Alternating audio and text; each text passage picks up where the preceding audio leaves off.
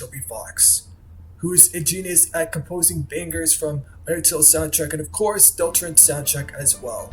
But it's not only that, he made a game called Deltarune with Chapter 5 being released last month. I want to talk about why Deltarune changed my life for the better and not for the worst.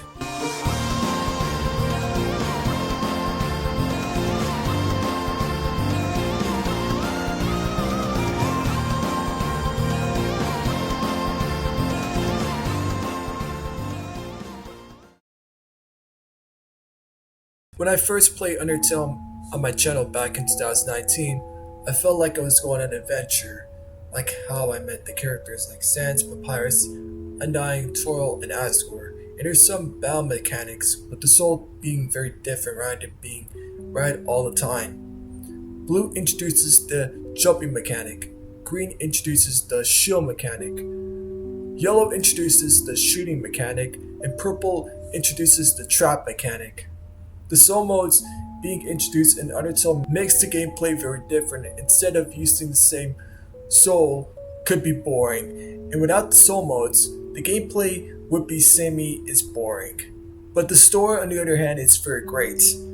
Chara being the fallen human being fallen down in Azrael, seeing him not dead as he carries them to the house, and Chara is being very adopted by the Dreamer family.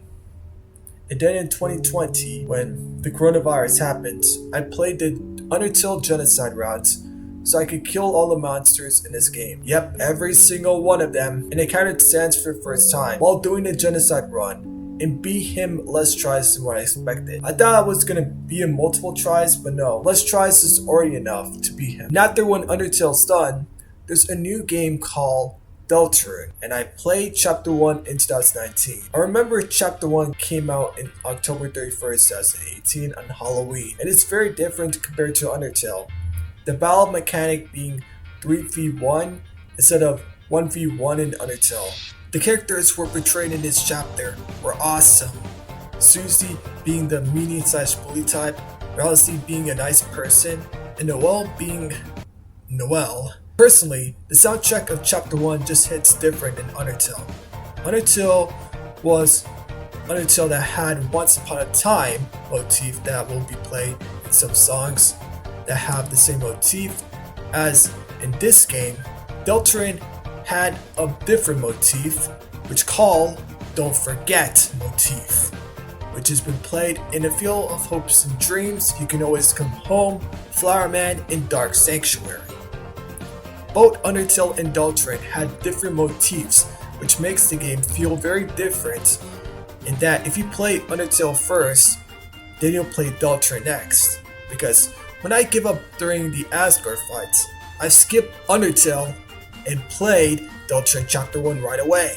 Which I should not have done that because you had to finish Undertale first and get the 2 or 3 endings if you want to do the genocide route, that is.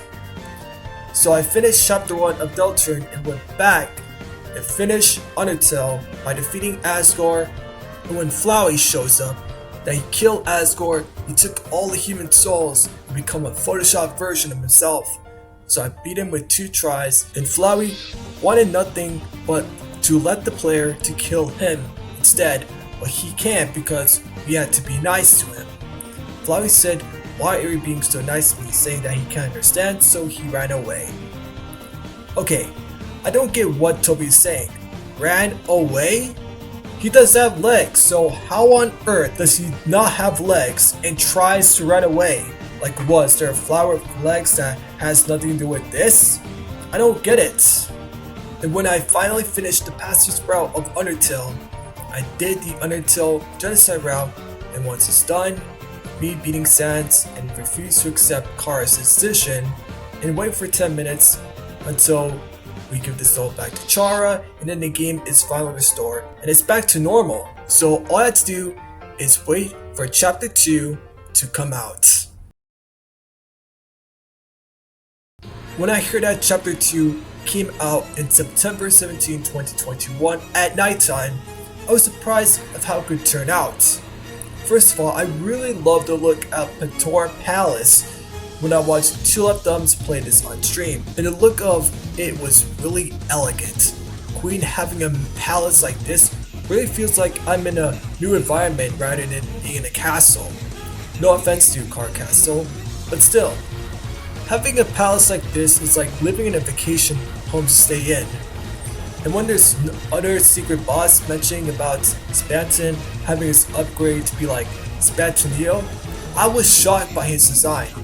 Not only does his design reminds me of Bedtime Neo's design, but his body, if it's like very big and it's like very corrupted, dare I say, because he wants to be a big shot. And when I hear Shay posting a video of a alternative route called the Snow Gray route, I was like, okay, does that have anything to do with the genocide route? Or is it different? Well, it's different. Yeah, because in the Undertale genocide routes, you're the one who killed all the monsters in the underground, but this Snow Gray route of Deltarune, starting with chapter 2, you're forcing with her to use Ice Shock on the enemies so they can be frozen solid. And I like the idea though. However, when I rewatched chapter 2 Snow Gray route, it was awful. Now let me explain. The difference of you forcing her to use Ice Shock on enemies is a different mechanic, and I still like that for what it is. But now looking back on it though, I still kind of feels like the route is a bit too short, and it takes away from the long playthrough route for the passive route to have a little bit more short routes. This kind of feels like Spantonio has the final boss being thrown at the end once you go to steal that dark fountain, after Noel casts Snowgrave on Spantonio. But don't get me wrong, I love Spantonio as the final boss in the Snowgrave route, and it really works as a Snowgrave route. Like, that just doesn't click on me for a second. When I beat chapter 2 for the Passage route, I went back and do the Snowgrave route and beat Spantonio less tries, and it feels so satisfying to beat it. When chapter 3 and 4 came out on June 4, 2025, after almost 4 years ago, I was so pumped up and ready to watch Shay stream chapters 3 and 4. So let's start off with chapter 3. So chapter 3 is really good. Not the greatest, but it's very good. Now here are a few things I want to let out. First off, the cooking minigame is really frustrating to the point that you have to go back and replay the cooking minigame and get an S rank for board 1. For board 1!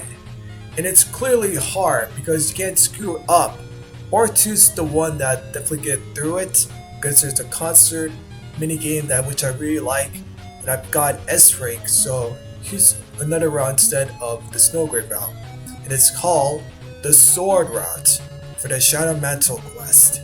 I defeated the enemies by using a sword and get to the Ice Palace, but I didn't get the Ice Key because I got a B rank on board 1. I should have got S rank on board 1, but it's okay. Whatever. For the Shadow Metal quest, once you get the Ice Key, and use the Ice Key in the door and it locks so you can go to the Ice Palace.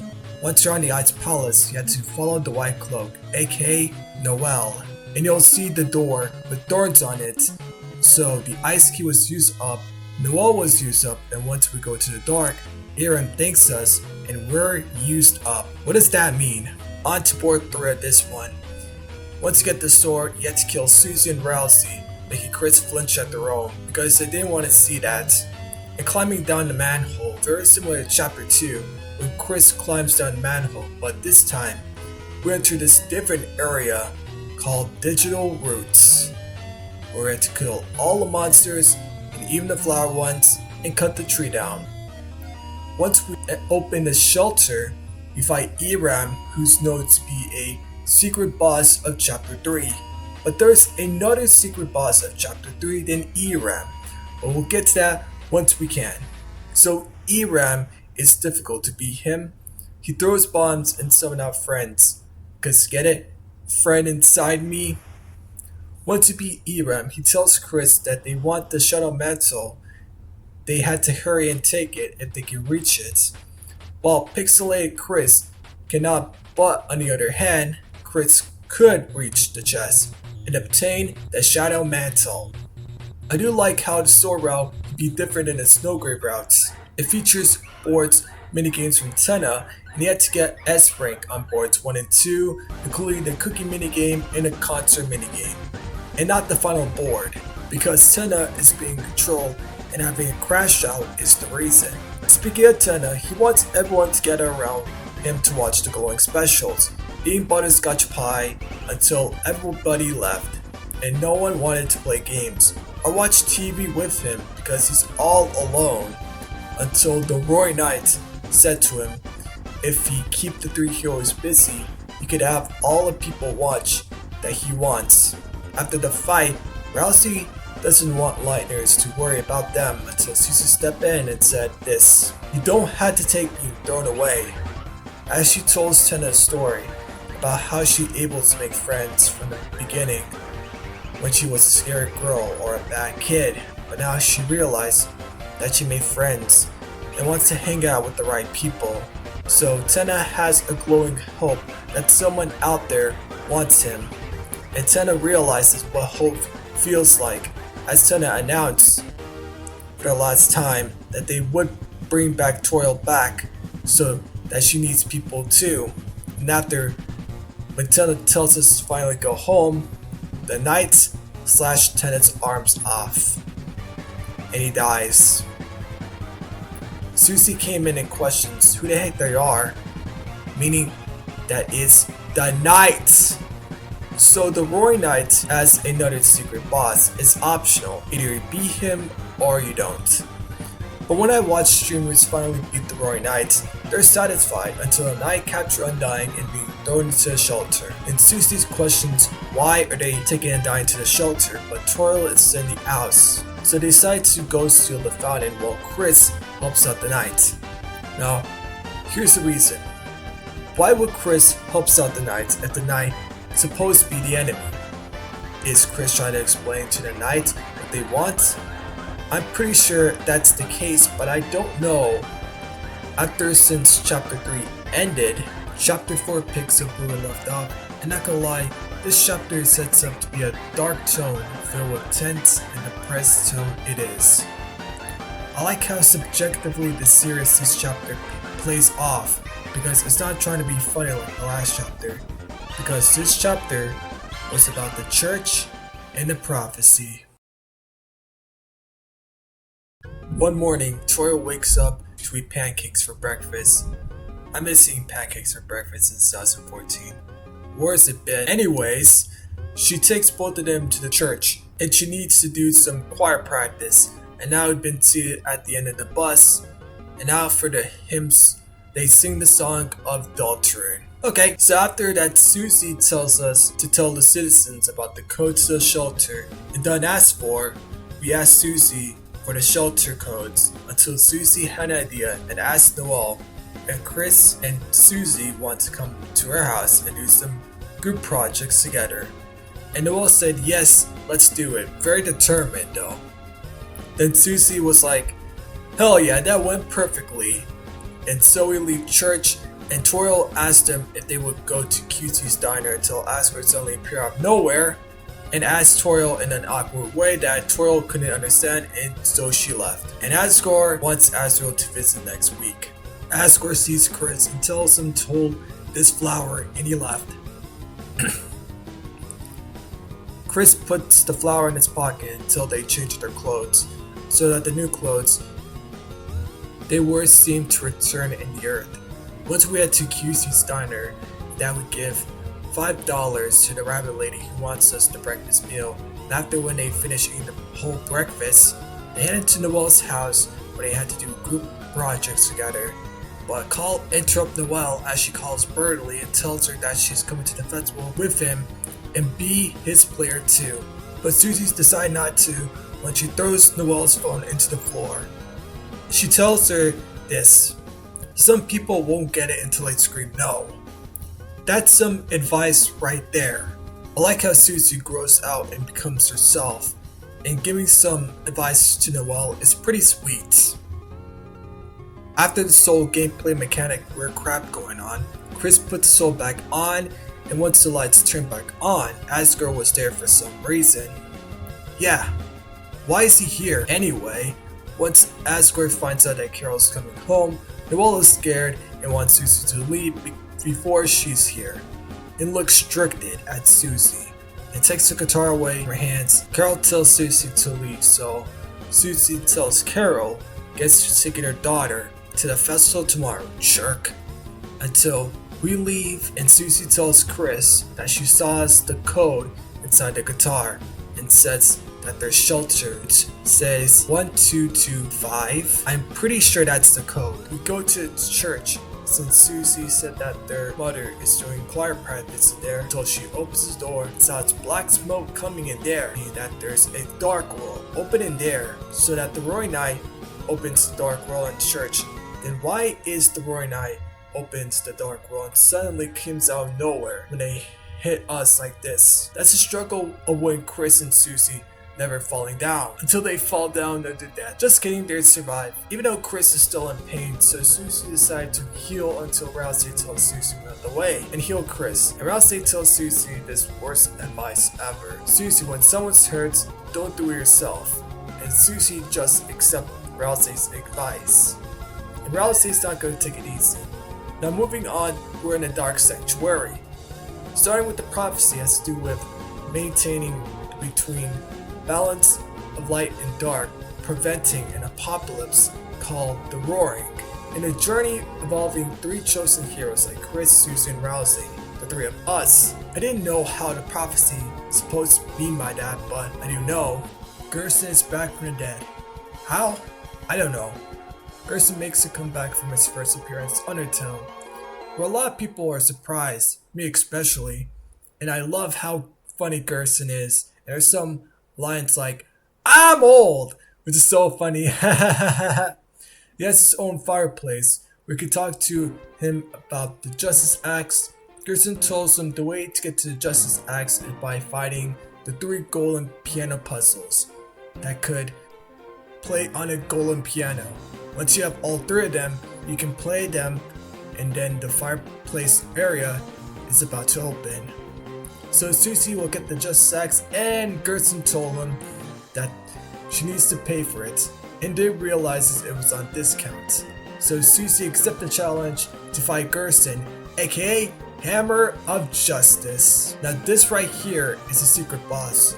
A lot of people say this is easier than Eram or the Roaring Knight.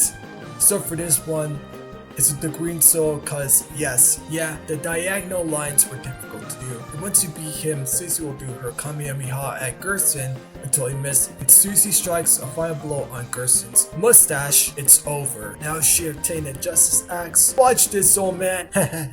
No one gets me. After we did that, there's another big piano we can play if we have the sheet music. So we could play it, but Susie goes to find the sheet music until Gerson hands her the sheet music until they play it. Now the door has been open until Susie decided it's time to head out, until Gerson reminds Susie she needs the paper so that she can deliver and told her to write all of it down once they get back to the light world. So Susie promised Gerson to write it down until they get to the light world. Once they reach the top, they start the night and catch up until Susie chases after them until they head into the grand door, which they close it.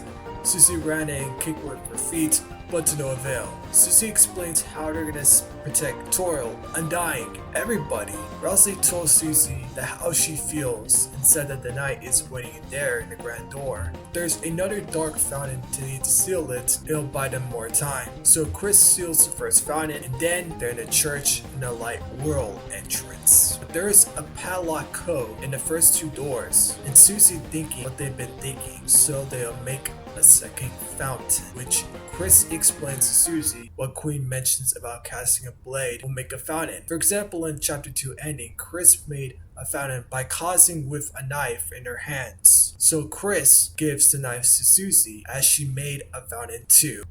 And this time, the second sanctuary continues with the same prophecies, but there are some different prophecies I cannot really grasp, but it's very interesting. The first hero, the cage with human soul and parts, that could be Chris. The second hero, the girl with hope crossed in our hearts. I don't think it's Susie because Susie had an axe, and there's no way if She has a sword like this. And last but not least is the third hero, the prince alone in the deepest dark. Guess that's why Rousey's alone until Chris and Susie came to the empty castle town. In chapter 1, Susie tells Chris to stay here until she finds it, but we the player had to go and follow her until she saw lots of prophecy until Chris came in and Susie said to them, "Did they wait for a second?" "No, Susie. Chris doesn't want to wait." Until Susie saw Gerson up ahead until the glass floor began to broke, causing both Chris and Susie to fall down before they reach at the bottom floor of study. Susie explains why it's making so much ruckus until that happens. So we climb up as fast as we can until we're safe. But Susie saw Gerson up ahead into its study. So Susie asked Chris if Gerson wants to come with her castle town. Even if Rousey said it was not possible to bring dead people into the castle town because Gerson is old and he died in the graveyard. While next to him was Susie, whom she's crying in a bench. Chris and Susie chase after Gerson, but to no avail.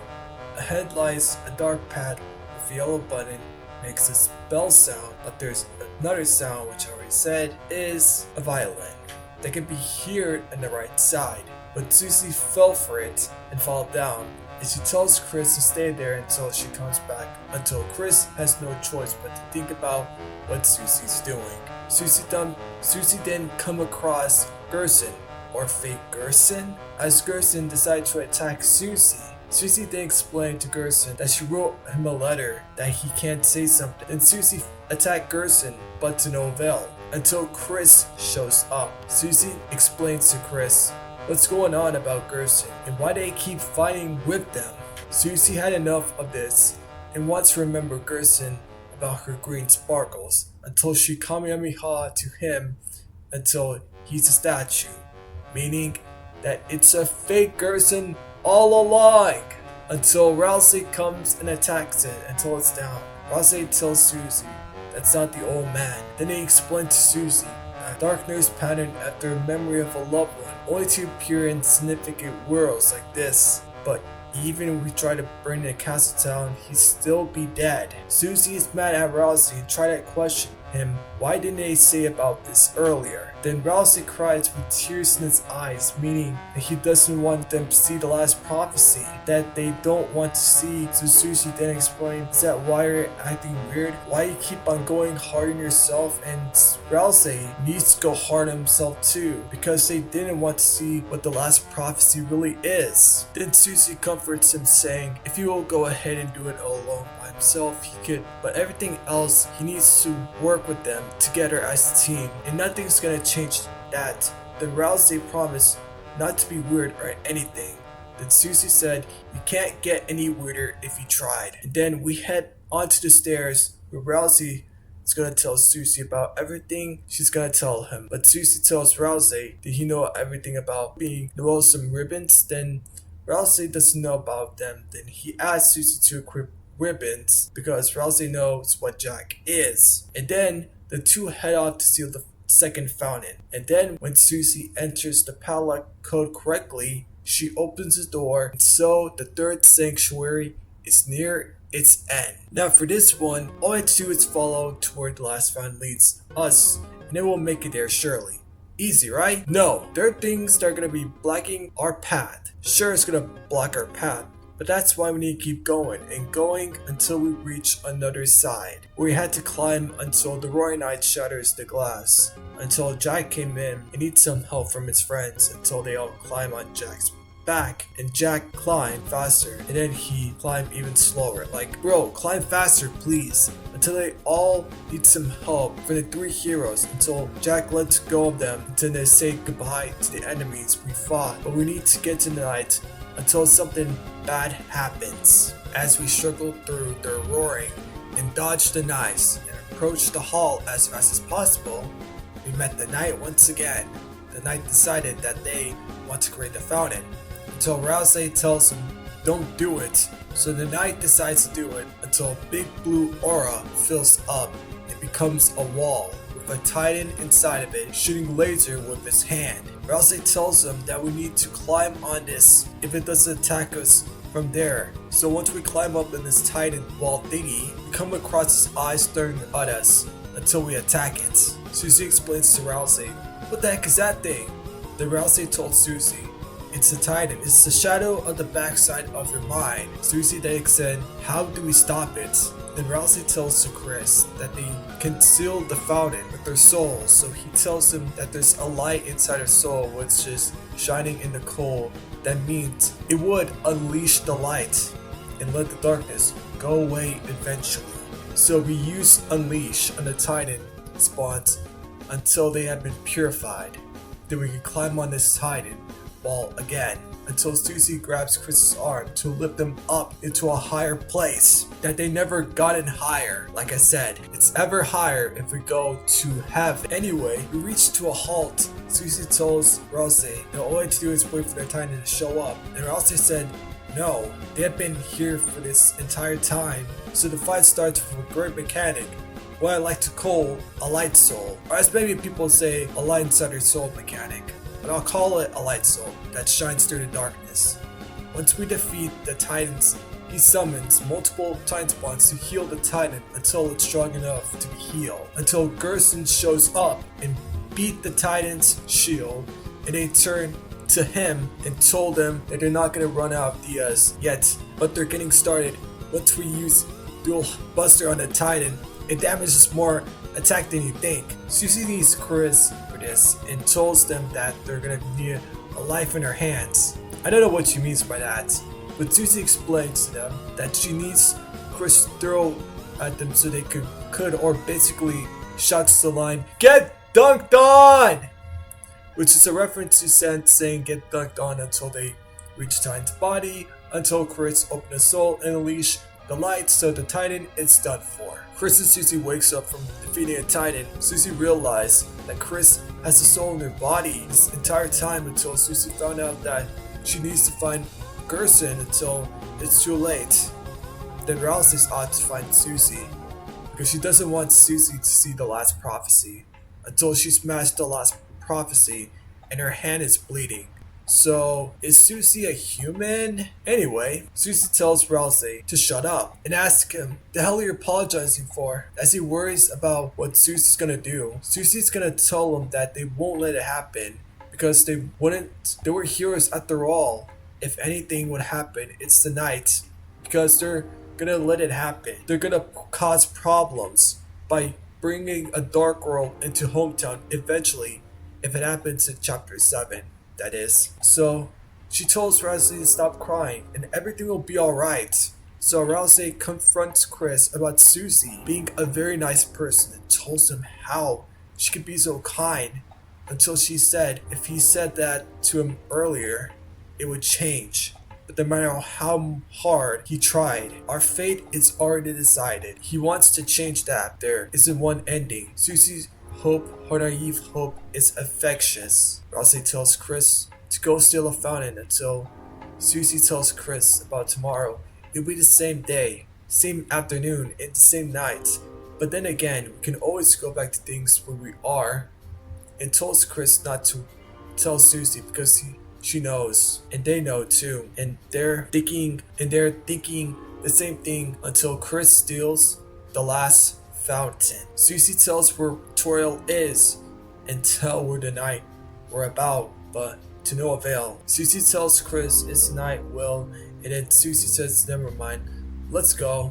So Chris heads up into a nighttime at hometown where everyone is asleep until we hear a song, The Place Where It Rain. That song, man. When I listened to this song, I felt a tear dripping down in my face. This song hits hard like a train coming at you full speed and stop for a moment. But yeah, this song is definitely one of my second favorite because of how emotional and depressed the tone of the song really gets it. As the song were placed somewhere else, Susie mentions it. When we sit by the lake, she hears it and says, "It's a song on the other side of the lake." Once we head back into the dreamer's house, Susie finds out that Sans is hanging out with Toro all along. Susie knows that Susie needs to go, so she heads out and we go back to bed at night until Chris hates listening to Sans tutorial, making noises and saying jokes all the time. When Susie tells them to shut up, Chris walks and looks out through a window. We see for a split second Susie was there and said, "We're not gonna let it happen, right?" Until it started to rain as she walks away. So Chris climbs on the window until a call interrupts. Until it's Chris. Don't forget, and they promise. So this chapter is up there, but it's my second favorite chapter. I really like the detail of how there's a prophecy exists at a church in a dark world and a light soul mechanic. It's really fun, but the Gerson fight is easier than said done when you did less tries than the other bosses. But again, chapter 4 is a great chapter to feature that serious, intense, and oppressed tone that gave off of it. And we're 1 year ahead and chapter 5 has been released. When I watched Nintendo Direct on June 9th, Tuesday, while I was at work, I saw Deltarune Chapter 5 trailer showed up and nearly crying in excitement. When Chapter 5 is going to release on June 24, 2026 this year, and it released, it happened, it snowed! Actually, it didn't snow. What am I talking about? All I know is Chapter 5 came out, and I played it and finished Chapter 5. This chapter is very different from the first 4 chapters, because the first 4 is all about what Deltarune is, and how the characters grow up, Susie especially. And when Chapter 5 came out, Chapter 5 is different in a whole new level. This chapter is about Asgore. About Asgore! And for the reason for it, it's because Asgore wants everyone to know how right he is, and he'll parade their body around town and see how finally that right Asgore is. Because the knight doesn't want to show up in the light world. He only shows up in the dark world. So here's spoilers for chapter 5 if you didn't play chapter 5. So please go ahead and play and finish it after when you watch this. So anyway, let's get started. Once Chris gets back from the Dreamer family house, we see that Chris's body started to get green. That's so Chris would die. That's what the caller said. Oh my god, now it's making sense. Once Chris puts the soul back on their body, they start to feel alive again. In my first playthrough of this, I didn't know what happened. Maybe Chris is struggling because they want the soul? I mean, I was right then. Anyway, heading out into the living room, we see Toil sleeping and drooling on the floor, and she saw Chris and wants us to give her the honey toast. So we gave her the honey toast. Yummy! She tells Chris that Azrael is not coming today. What a shame. But hey, at least we could hang out with Susie. I mean, she's nice, right? Right? Once we head to the castle town without Susie, we met Rousey and Lancer. Lancer wants us to head over to Castle Town, so we head into the Castle Town. Queen checks on her size and tells her interesting measurements. Susie said, "What does it say?" Then Queen said, "She's very tall and beautiful." Yeah, Queen, we get it. Susie greets Chris and Rousey and asks them how she want to wear from tonight, day with Noelle, in Light World's festival. Susie pushes the Queen off until Lancer, with a mustache, appears once again. We're making a callback to chapter 1. How nice! Now we need to choose an outfit that Susie would like. Choosing a duck will not fit. I mean, she doesn't like ducks though. So choosing her outfit and finishing off, let Lancer see his outfit for Susie and no, it's not ducks. Then head back to the light world and Susie asks Chris if they could get in Noelle's house and get that code and tells Chris not to worry, and it's all part of the plan. They see Noelle outside the house and they're in, and Noelle wants to hang out with Susie and they just let Chris be a tour guide. After some hours of them being a tour guide to Susie and Noelle, they head to the beach into the sunset where Susie tells Noelle to sing a song of French fries. Pretty ironic. When Mom calls Noelle on the phone, she says she's gonna ask if I'm with. Then Susie caught Noelle's phone and threw her near the beach where they go and take a closer look at her phone, and Susie proposed Noelle by giving her the phone. That's actually sweet. And after Susie and Noelle walk into the water for a while and want to do something crazy, that Noelle will have wings and she could fly far away, but she's weak, and Susie call out, "You're not weak at all, got so much going on right now because Susie's with her. Susie's with Noelle though. That's really sweet. And Susie's hungry for some ice cream. Great. And told Noelle to get those on the way. Noelle freaked out when Susie loves her too much. And Noelle almost started to faint. When Chris hears everything they're talking about, Mom calls Noelle on the phone again, telling that Rudy fall off the stairs and nearly hurting himself. Did Rudy dies? After that, she called out to Noelle to see if she's still here. Because she got to do something important, then Susie tells them to wake up. Chris wakes up and Susie laughs out loud and calls them a pineapple face. Once we head to Asgard's flower shop, mind if Chris could get some flowers in the flower shop, so she assists them and Chris walks slowly. They're sus, I'm telling you. Kristen hides soul in a trash bag and creates the fountain in the flower shop. When Susie saw Chris creating the fountain, yeah, if they portrayed Susie like that in the worst way possible, then yes, it's gonna turn out really bad for Susie. When Susie heard her dad is in there, they must hurry. Kristen grabs the soul in the trash bag and put their soul on her body and fall into the dark world, meaning that this is the 5th and final adventure we're having. Susie saw Asgard head up where he's talking to someone and said that they're coming this way. And we got this one anime cutscene where Flowery is walking to the city streets as his intro sequence. After that, Flowery greets Chris and Susie, and Chris is growing so much and her dad must be proud of them. Flowery then kissed Susie's hand, and her hand is growing a flower with a flowery face on it. Asgard called out to Flowery and said that, wondering who's he talking to, and Flowery said it's mysterious wind blowing by. And Susie said her dad can be there in the dark world, and said to them, let's go after Flowery. So they both look at the wardrobe to see if Rousey is in there, because Flowery puts it, and Susie tells Rousey when does he have to be a hater. Then Rousey explains to him, never mind, and wants them to get going until they reach the lamplight. Where Flowery is walking near the lamplight, Rousey is jealous of Flowery. The way how I see that Rousey is mad at Flowery makes sense. I know a lot of people were hating on Rousey because he's jealous of Flowery. And despite the critics that got it, it didn't have to be overhated by the fact that if Rousey were to be nice to Flowery, he wouldn't, because Rousey is still jealous of Flowery because he's still a hater to him. At times in the previous chapter, Rousey's not mad at King, Queen, Tenna, or Titan, specifically on how he reacts to them, but his reaction to Flowery being jealous and hater towards him is justified in a way that makes sense. When Gerson told Susie about chapter 5, the field in pink and gold, the vast garden is a charred and inferno of jealousy. What he means by that is Rousey is jealous of Flowery. Rousey is pink because he has a pink scarf, and Flowery is gold because he's a golden flower. This makes perfect sense to why Rousey is being a hater for the first time, and I didn't notice it up until now. So Flowery wants Rousey to have the hat on, since the hat makes a comeback since chapter 1. And we have Rousey hat on. Yippee! After that, Rousey tells Chris that they can turn off the voice codes in the comic menu. Doing that will change Flowery's voice, depend if you want or you don't. Moving on, we have the Garden of Hopes and Dreams. Sound familiar? Cause it is the Field of Hopes and Dreams chapter 1 all over again, y'all. This is nostalgia. Not the chapter, the area itself.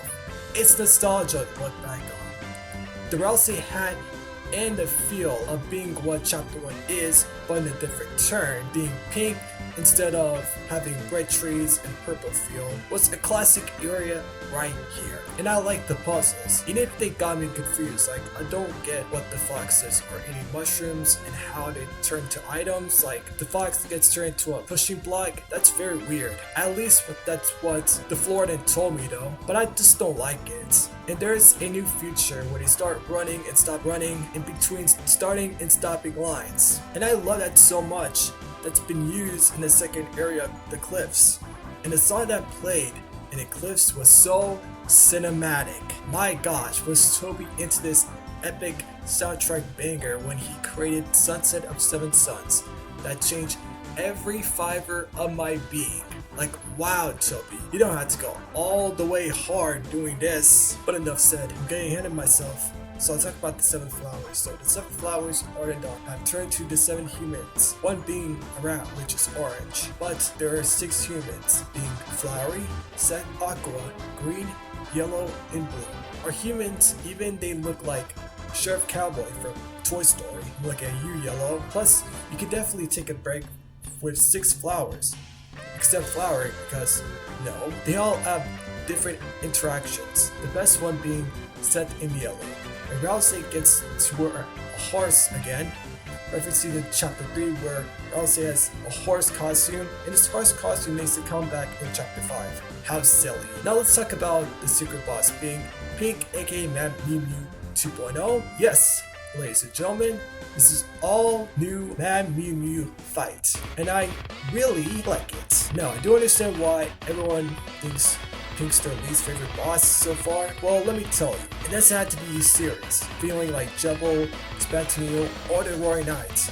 Considering these 3 bosses from the first 3 chapters are very serious. But this one, it's just different, and it's funny. It has some funny stuff into it. I really like when Pink goes mad and there's a ghost body haunting her to come out, but Rousey tells Pink that her body needs her to survive, and without that, the ghost body is not living her, she will die eventually. But no, the 3 heroes help her ghost body and reunite together, and they reunited together by coming back. This is trans rights. If you're not sure what trans right is, it's like about advocacy efforts to seek ensure self-determination or love yourself. But here they fuse into some same form, which is strange. But at least it's about trans rights. Moving on to the final boss, which is Flowery. We get an orange soul for the dashboard. It's another soul in the secret boss, which is Purple Soul being the trap mode. And there is 2 soul modes in this chapter. Like, that's crazy. Not only that, you could press C to charge up and let go by dashing into the blue walls. And there's a second half in this fight where Flowery uses the power of 6 flowers, or their friendship. Lets Flowery turn into a Mega Flowery, having the last Gerona until they beat him, until he begins to hesitate and tells us to get up. Asgore rushed in to come to see what Chris was. Okay, he's sorry for everything he's done. The only thing he wanted to prove that everybody to tell him that he's right because of the dark fountains. And when there's a lot of paper that really broke him apart, oh boy, it broke him. Until Din said to Asgore that it wasn't his fault, or he didn't do anything wrong, until he started to change himself and realize that this dark world can't be staying there where it is until they need to steal that fountain. Chris is the only one who could steal that fountain. So the knight doesn't need to kidnap Asgore until we steal it. It didn't change because the knight made another fountain, and it took Asgore away until Flowery chased the knight, until he kicked the knight with 0 damage at all, until Flowery and the knight both clash each other until the knight defeated Flowery and take Asgore to the shelter. So we seal another fountain until it's over. Susie runs to get more tape until they saw the shelter code and almost tear it apart when Susie came in and saw the shelter code saying 915199X, which is obviously it's an Undertale reference. In the intro, it says 199X. So Susie and Chris leaves the flower shop, and Susie wants Chris if they want to walk her home, which is the castle town. It's her new home, until she opens the closet and says to Chris, "Thanks for walking me home," and close the closet door. And that's it for chapter 5.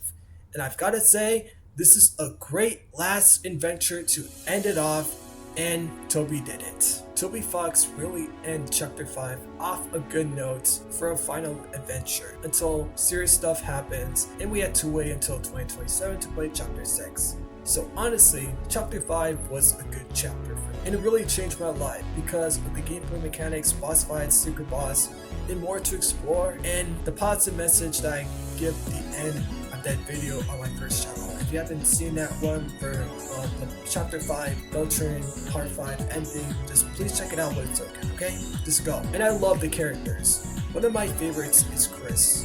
I know they add this sometimes, but not all the time because they didn't want that soul to see if the player wants to go to another route called the Weird Route. And speaking of the Weird Route from Chapter 5, it's insane. They clip out the lake and skip to Chapter 6. Link to Side B will be in Chapter 7, so we have to wait until Chapter 6 is finished. And I'm not sure when Chapter 7 is going to be released, but either way, I'm glad that this game changed my life throughout the years. And I'm finally done writing this essay because I want to be done with this. Before, I'm going to take it easy on myself. So anyway, thank you guys so much for watching for this video, for making it far. And yes, I'll be playing Deltarune Chapter 6, so don't worry, I'm not going nowhere. So anyways, thank you all so much, and I'll see y'all in the next video. This is Abid, signing off.